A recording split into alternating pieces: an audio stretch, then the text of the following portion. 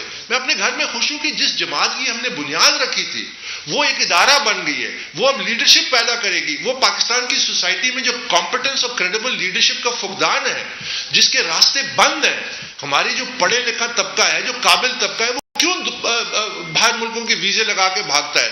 کیونکہ یہاں راستے بند ہیں, لیڈرشپ رول میں آ نہیں سکتے. سیاسی جماعتیں وہ راستے بند کیے ہوئے ہیں. وہ فیملی اور انڈیویجول فیفڈمز ہیں. وہ اقتدار کی محض ایک سیڑھی ہے, اس کا جمہوری سیاست سے کوئی تعلق نہیں. میں نے آن ریکارڈ کہا ہے, ابھی الیکشن ہونے جا رہے ہیں, آپ 10 الیکشن کرانے پاکستان میں کوئی تبدیلی نہیں آئے گی جب تک آپ جمہوریت کی بنیاد فاؤنڈیشنز کو مضبوط نہیں کرتے. وہ سیاسی جماعتیں ہیں, آپ کر لیں الیکشنز, نتائج آ جائیں گے. آپ کے معاشی مسائل بھی حل نہیں ہوں گے, آپ کے سیاسی مسائل حل نہیں ہوں گے, آپ کے سیکیورٹی مسائل حل نہیں ہوں گے, کیونکہ وہ اقتدار کے لیے جنگ لڑ رہے ہیں. وہ پاکستان کی اصلاح, ریفارمز اور پاکستان کو آگے بڑھانے کے لیے نہیں ہے سیاست میں.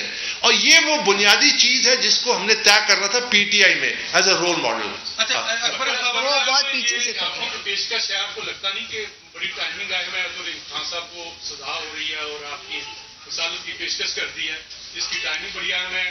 دوسرا سوال کا جواب دیں کہ تحریک انصاف کے لوگ ہی امیدوار ہیں اور الیکشن میں نظر آ رہے ہیں, آپ ووٹ کس کو کرتے ہیں؟